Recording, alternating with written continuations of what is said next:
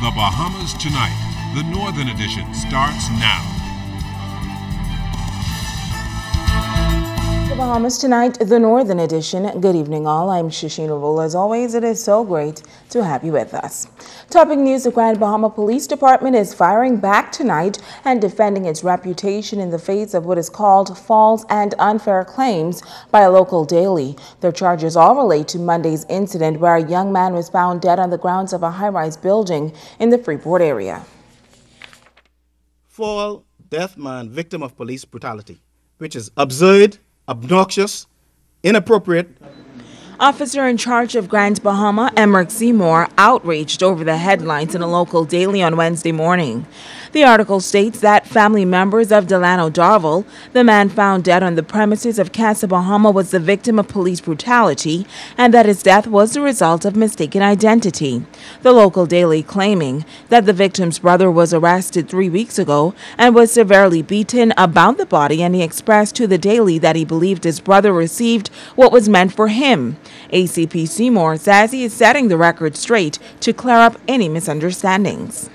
Contrary to what was implied in the newspaper's article, I wish to advise that on February 19th, 2014,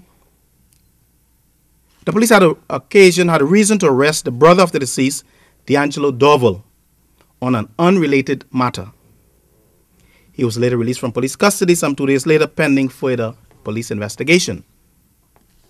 Upon his release from custody, he filed a complaint of alleged police brutality at our Complaints and Corruption Unit, which is currently under our active police investigation. The local police chief is adamant that these incidents are not related. The apparent death of D'Angelo Darville and the arrest of his brother D'Angelo Darville by the police were two, and I repeat, two separate and distinct incidents and had nothing to do with each other. So the suggestion of a mistaken identity is trivial, baseless, and vexing to say the least.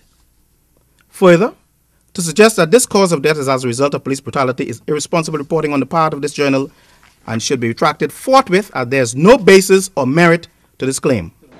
Seymour says he has contacted the editor of the Daily and asked for a retraction, and if that does not happen, then there's a course of action we will take as an organization. The officer in charge of Grand Bahama says the cause of Darville's death has been determined by the pathologist, but the details will not be revealed until his family has been contacted. I wish to point out that the investigation into the death of Delano Darville is under our active investigation. And upon completion of this investigation, the file will be sent to a magistrate's coroner, where a final determination will be made into the circumstances of this death.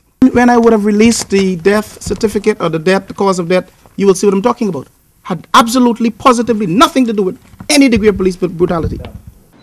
He says he refuses to allow anyone to unfairly tarnish the reputation of the Royal Bahamas Police Force. If there's, as I mentioned, if there's any impropriety on the part of any officer, that matter is dealt with and appropriately dealt with. But I don't think the organization name should be dragged through the mud like this without any degree of facts whatsoever. And this is why I call it irresponsible journalism, irresponsible reporting. In other news, the nation's chief prime minister, the Right Honorable Perry Christie, expected on Grand Bahama tomorrow. He will travel here to launch yet another historic initiative spearheaded by Urban Renewal. The event, set for the Pelican Bay Resort at 7:30 p.m., is a partnership which involves the Grand Bahama Port Authority and a leader in the maritime industry that will provide a golden opportunity for training. Joan Davis-Roll has this story. One of the fastest growing sectors within the maritime industry will be given prominence Thursday night as the Ministry of Works and Urban Development Urban Renewal 2.0 launches another major educational initiative here on Grand Bahama. The official launch of the Boat Captain's License A and B course, the leading government agency with the backing of the corporate Grand Bahama, is about to make history. Deputy Director of Urban Renewal on Grand Bahama, Michelle Reckley, says the program will provide limitless opportunities for some 50 young persons. We have set the course to take 50 young men throughout Grand Bahama, 6 from Grand Kiabaku, clean them up and involve them in the captaincy and because. And of course, you know, this would have not been possible without the dynamic assistance of Overseas Marine Group and of course the Grand Bahama Port Authority. The Grand Bahama Port Authority is taking care of 20 and Overseas Marine Group has matched with the balance some 30 young men. Reckley says this pilot program also seeks to not only advance this sector, but the vision of this country's chief executive. Whenever we can have the Prime Minister down, especially as a part of urban renewal, because as you know, this is his baby, and this is urban renewal at its best. Transformation of lives. And he is just as excited as us. He's very, very grateful to the partners who made this possible, because I always say urban renewal can only be at its best with our private and corporate persons, because the government alone cannot do it. Cannot do it. So partners like Overseas Marine Group and of course the Grand Bahama Port Authority, the government will forever be grateful. Principals of Overseas Marine Group Daniel Murray and Ray Darville will conduct the training. They, along with Grand Key community leader Verloc Russell, are excited to be stakeholders in this latest undertaking. There's so much negative stigma attached to most of the young people out there, but not much opportunity. So this gives us a very good chance to connect the dots with urban renewal, connect the dots with the Port Authority, and actually create some opportunity for these young men. This is what urban renewal, to me, this is this joint venture of government and corporate, and gets together and starts doing this. And I know it works because we're already doing it. When we see some of our ex-employees that are now our board co-pilots, we see some of our ex-employees that learned under him that are on the tugs. You know, our company, our men are one of the most sought-after men. I thank God for her and for the opportunity that a young man from Grand Key has. Joan Davis-Roll, ZNS Network News. Well, there is another call going out for the beauty industry in the Bahamas to be regulated. Tonight, Sabrina Brown tells us that this issue has been a topic for discussion for almost 3 decades. Bahamas Cosmetologists and Barbers Association, Dr. Gwen Roll says they have been lobbying for the industry to be properly regulated since 1985, and 29 years later, the association is still seeking official recognition. We realize that the regulating and putting ourselves in place to be licensed, this is an act that will govern the whole Bahamas in general. It's not going to be Freeport by itself, Nassau by itself. As a matter of fact, we're talking about every island in the Bahamas where there is some cosmetology work being done. Dr. Roll contends that because there are no official guidelines to govern the industry, there are no standards. What I don't like what's going on now is because we're not regulated, because we don't have a license, because we don't have a Bahamas Board of Cosmetology, because we don't have price control, anything that is legal, there's a lot of stuff that's going on that we know that is definitely not professional.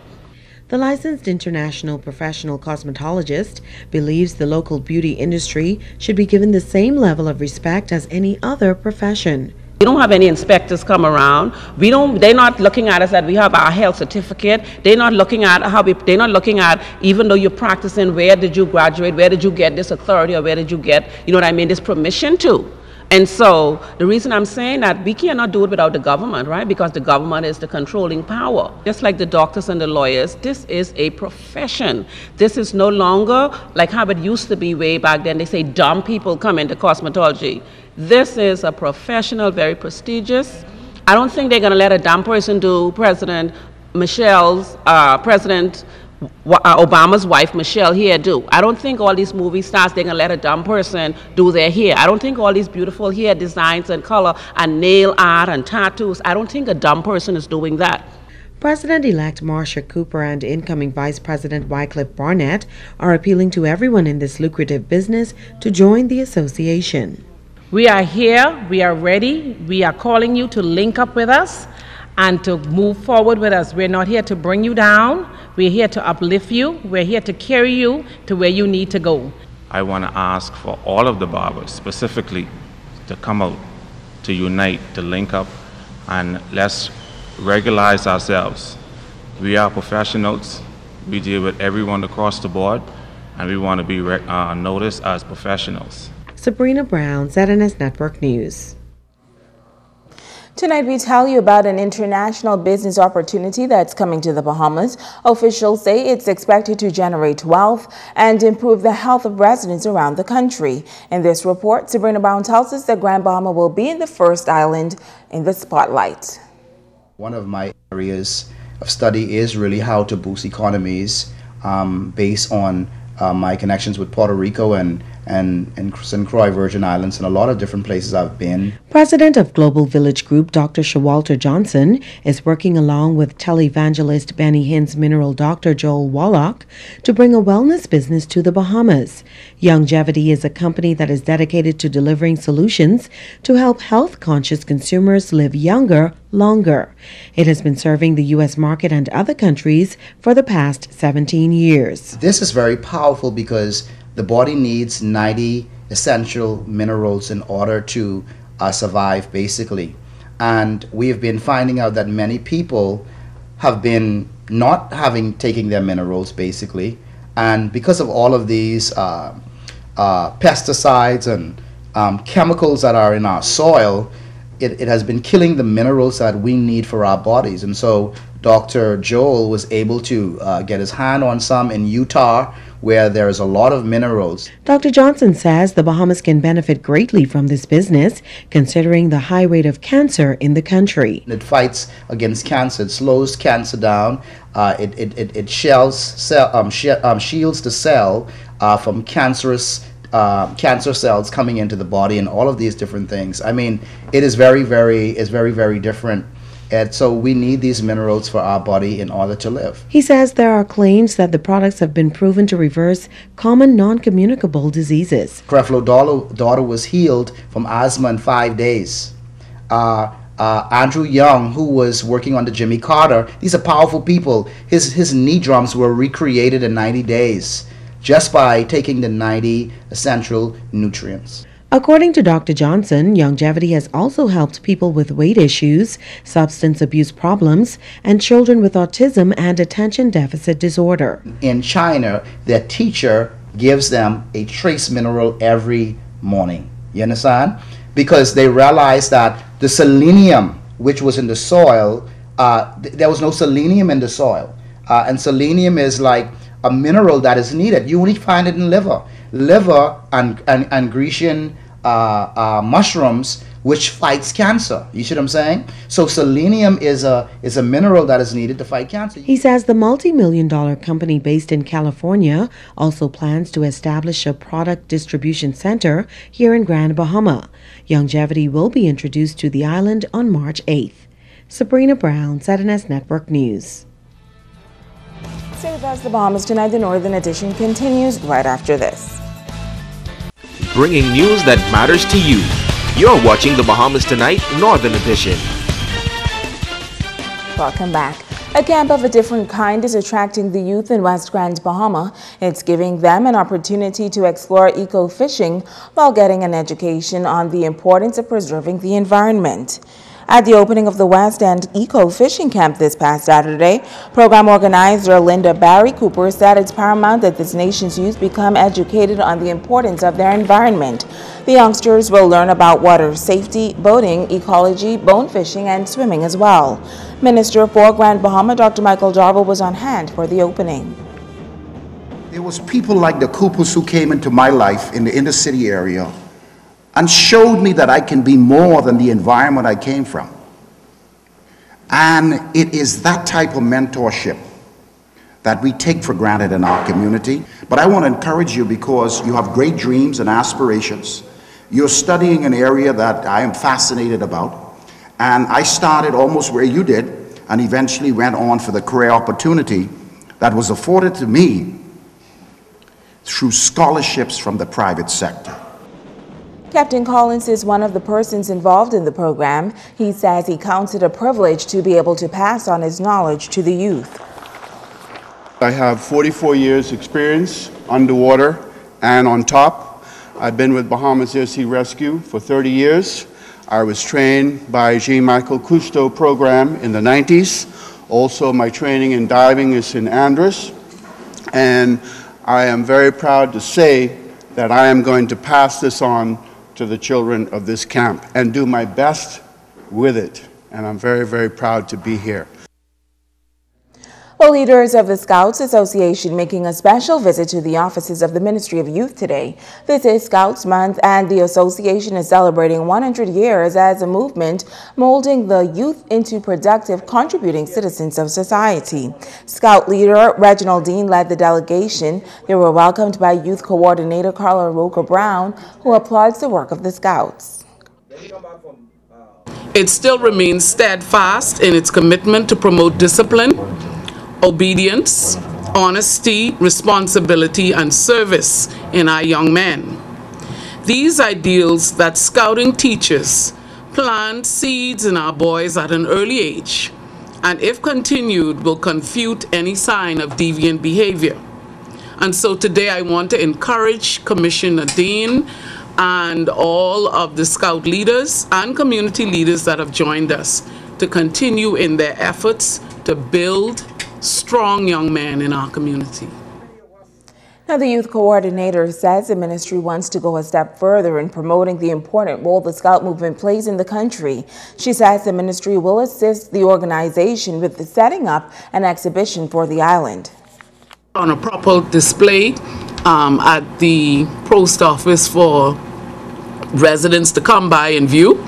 And what the ministry will do also is partner with him to have a sign-up drive right there on the spot, so that residents in Grand Bahama will know that they can come and sign up their young men. And I will also... And that's a look at stories making news at the hour. Stay with us. Ricardo Liborn has a check on sports when we come back.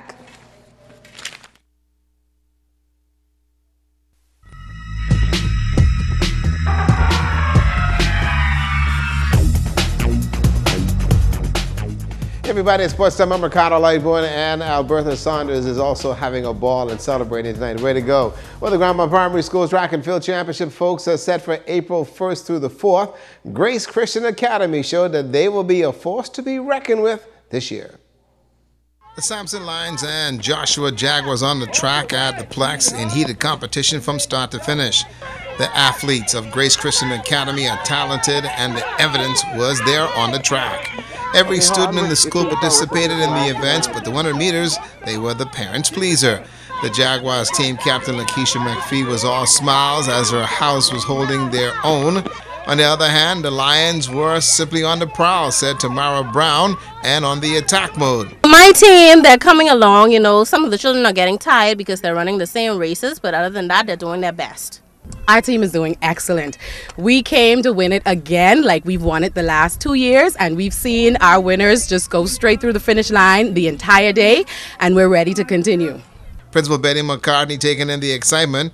Also in the stands was Daisy McPhee cheering on the kids. Parental support was pretty good despite the heat.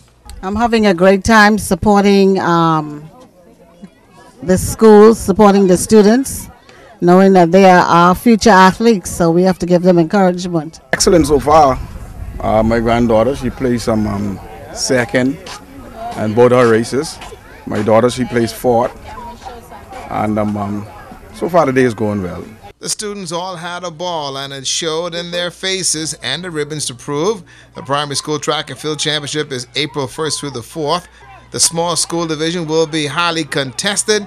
Add Grace Christian Academy to the list in search of that title. Now the Grand Bahama High School Track and Field Championship is underway with two educators stamping their name to this year's meet. Geneva Rutherford and Cecil Thompson are the patron of the High School Track and Field Championship this week, and for good reason. Mrs. Rutherford is elated with the honor and a message for the athletes. Mr. Thompson concurs that sports and education goes hand in hand. Make sports the tool to a great life after competition. Ensure that your studies are at the maximum, because as you pursue your God-given physical career in athletics, you really want to make sure that you can make a comfortable life for yourself. And, you know, one of the things I also want to say is there are no end of persons that you can emulate in the track situation in our country. you walk into this stadium and look at who it's dedicated to, the Golden Girls. And so they have a lot of persons to emulate in that area, but we also want to say to them, ensure that your academics are at its maximum, because really that's in the end where you make the difference for the world. Urging students to keep sports, athletics, and academics in focus. They all go together. One is not going to take you too far without the other. Of course, academics will take you far without sports, but if you have some athletic talent and ability, sports could take you places. Domino's Pizza has once again said yes to the student athletes. Lageisha Roll Miller said it best. Domino's Pizza is committed to supporting the youth in this country, and we have formed a really great relationship with the association and Mr. Roll. We see the great job that they're doing with developing these kids and helping them to go to the next level, and so we have committed ourselves to supporting them. And I got to say congratulations tonight to our Freeport Gospel. They won the boys softball title. We'll show you how they did that tomorrow, but that's a quick look at what's happening in sports tonight.